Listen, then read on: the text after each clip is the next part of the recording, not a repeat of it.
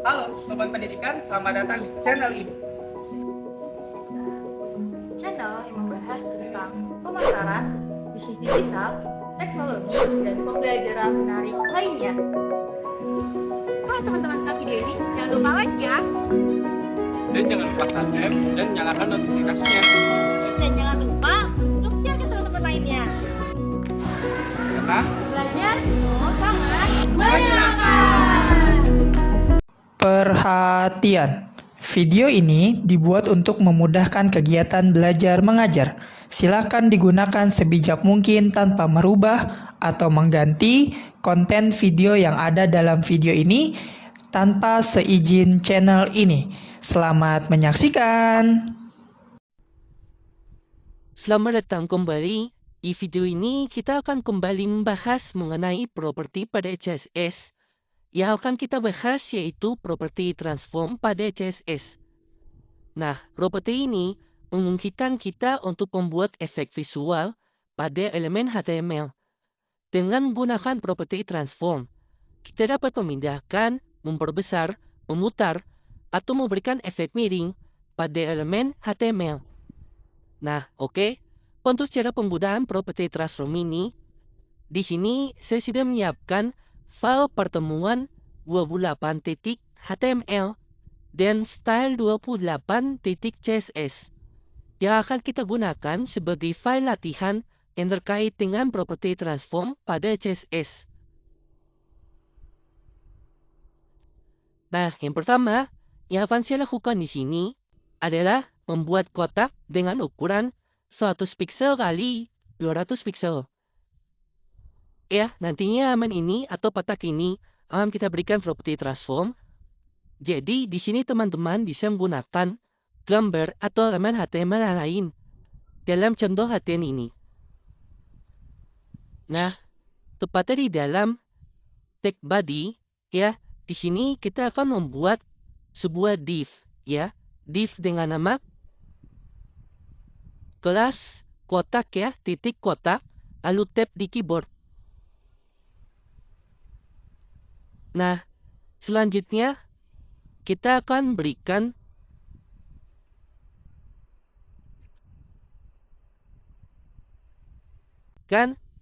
style dasar dari kelas kotak ini.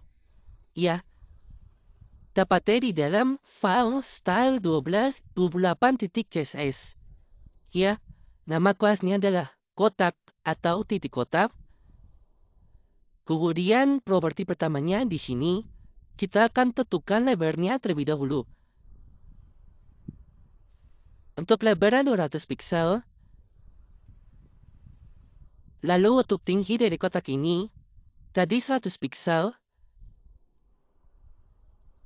Selain itu kita akan berikan properti background color, ya, untuk warnanya. Ya, warna dari kotak ini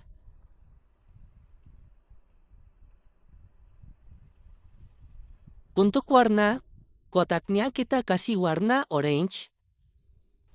Oke. Setelah ini kita akan berikan properti margin, ya, supaya ada jarak dari atas dan kiri kanan. Kita akan berikan dua nilai di sini. Nilai pertama itu untuk margin top, kita kasih 200 pixel. Kemudian di sini auto, supaya kotak ini ke tengah secara horizontal.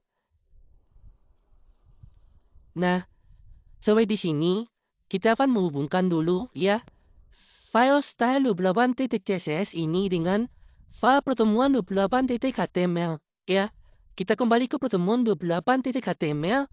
Di sini kita akan menggunakan tag link untuk memanggil file style 28.css, ya, tab di keyboard. Kemudian nilai di dalam atribut ref ini yaitu merupakan alamat di mana file style 28.css ini kita simpan. Ya, tentu saja simpanan di dalam folder CSS.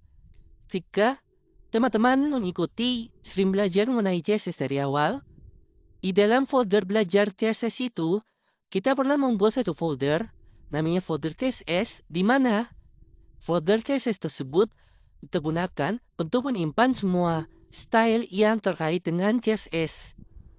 ya.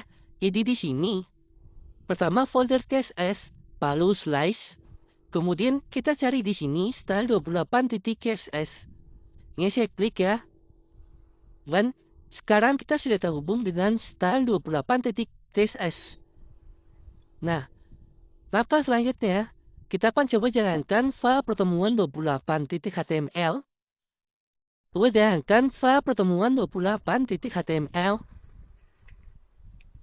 Nah, oke, di sini kita bisa buka Google Chrome atau browser ya. Dari pertemuan selanjutnya yaitu pertemuan 27.html. Ini kita tinggal ganti saja angka 7-nya menjadi angka 8 sehingga 28.html. Baik. Di sini kita sudah ada tampilan dari pertemuan 28.html. Dan di sini kita sudah punya kotak dengan lebar 200 pixel dan tingginya 100 pixel. Ini setengah desktop untuk Visual Studio Code dan setengah desktop untuk Google Chrome-nya atau browsernya. Nah, selanjutnya kita akan kembali ke topik pembahasan kita mengenai properti pada transform. CSS ada 4 nilai yang akan kita bahas di video ini yang terkait dengan properti transform. Nah, pertama, properti transform dengan nilai rotate. Ya, ini digunakan untuk memutar elemen searah jarum jam atau berlawanan arah jarum jam. Dan nilai yang diberikan adalah angka ya dengan satuan derajat. Nah, sebagai contoh, properti yang adalah transform.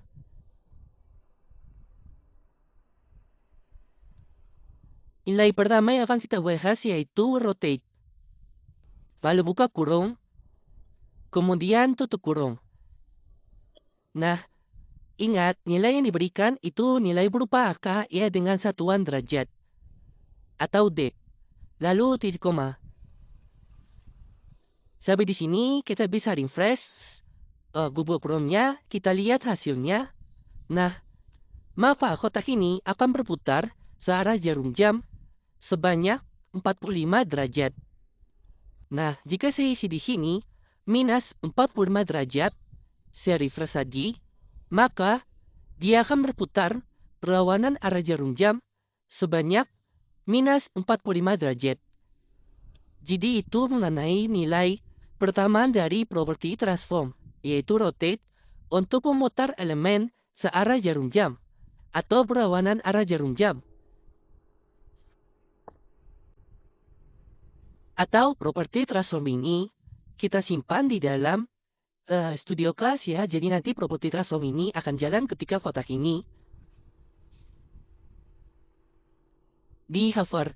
Nah, di sini kita butuh Studio Class ya. Yang kita hover nanti adalah kotaknya ya. Lalu titik 2, kemudian hover. Kemudian untuk properti transform ini saya blok, kemudian ini kita cut dan kita pindahkan ke dalam Studio Class. Paste di sini. Nah, di sini saya refresh dulu Google Chrome-nya. Ini kembali seperti semula. Nah, jadi properti transform ini nanti akan dijalankan ketika kotak ini di hover. Nah, jika saya hover kotaknya, maka akan berputar berlawanan arah jarum jam sebanyak 45 derajat. Ini saya kembali hapus untuk minusnya ya. Sekarang 45 derajat, saya refresh, saya hover. Nah, ya, titik lagi, nanti properti transform ini akan dijalankan ketika kotak tersebut di hover.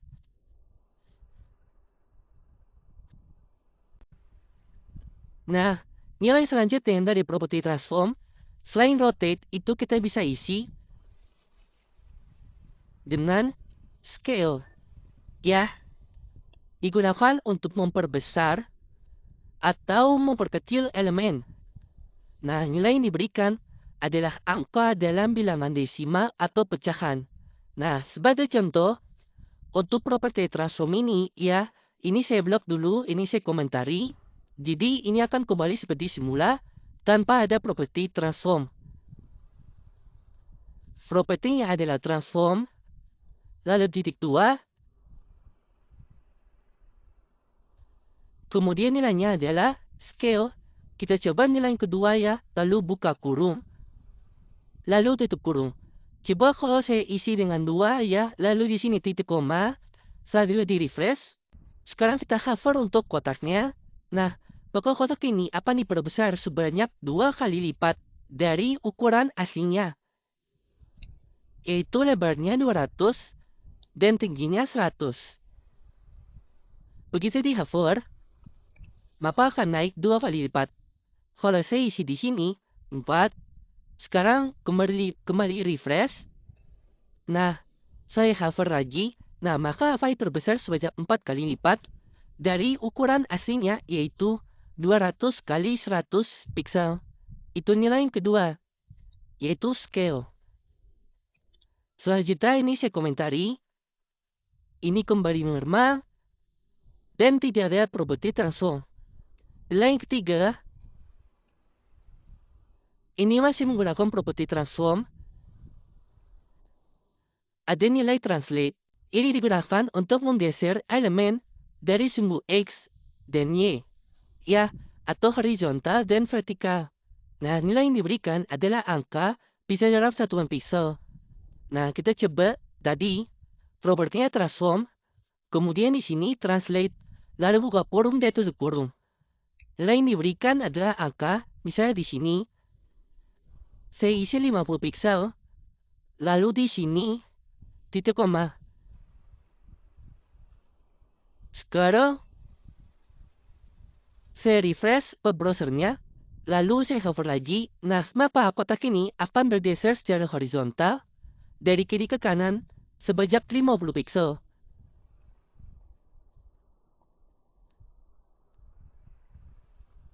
Kalau saya isi di sini minus 50 pixel, saya refresh lagi. Nah, pergeserannya masih secara horizontal, tapi sekarang itu akan bergeser ke kiri. Ketika kita berikan nilai minus dan bisa kembalikan lagi, kita bisa menyimpan 2 nilai di sini ya. Misalnya untuk horizontal, itu 50 pixel, kemudian di sini, koma, 20 pixel untuk nilai yang kedua. Nah, dari sini teman-teman sudah bisa nampak bahwa angka pertama yang 50 pixel itu akan bergerak secara horizontal, kemudian yang 20 pixel akan bergerak secara vertikal. Kalau saya refresh web browsernya, saya hover. Nah, jadi dia bergerak secara horizontal sebanyak 50 pixel dan akan bergerak secara vertikal sebanyak 20 pixel. Itu ketika menyimpan 2 nilai.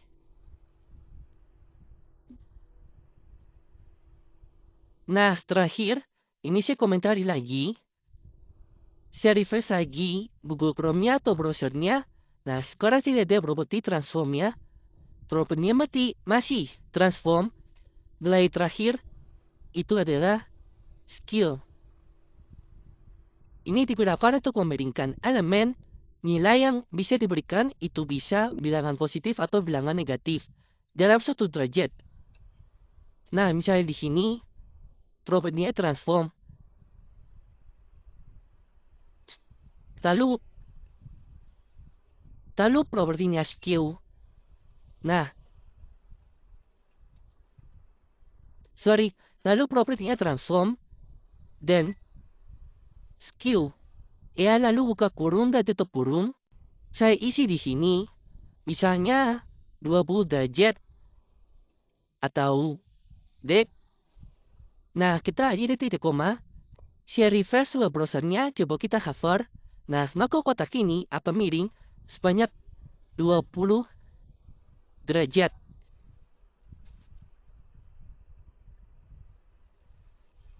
Kalau kita isi minus di sini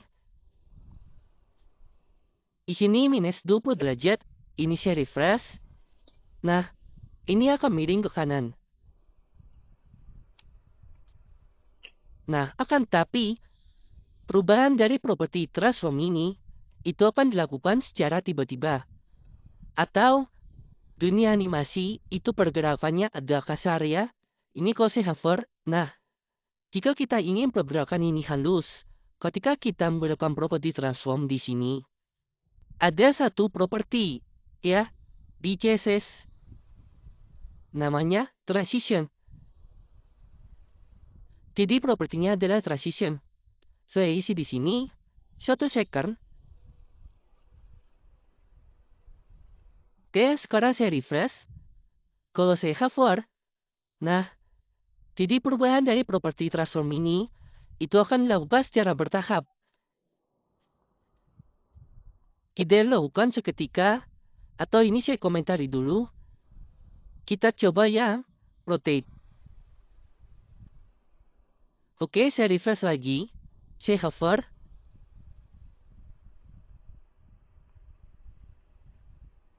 Nah, jadi ini mengenai properti transition yang akan kita bahas di video selanjutnya mengenai properti transition pada CSS. Baik, saya rasa cukup untuk video kali ini. Semoga bermanfaat dan sampai jumpa di video berikutnya.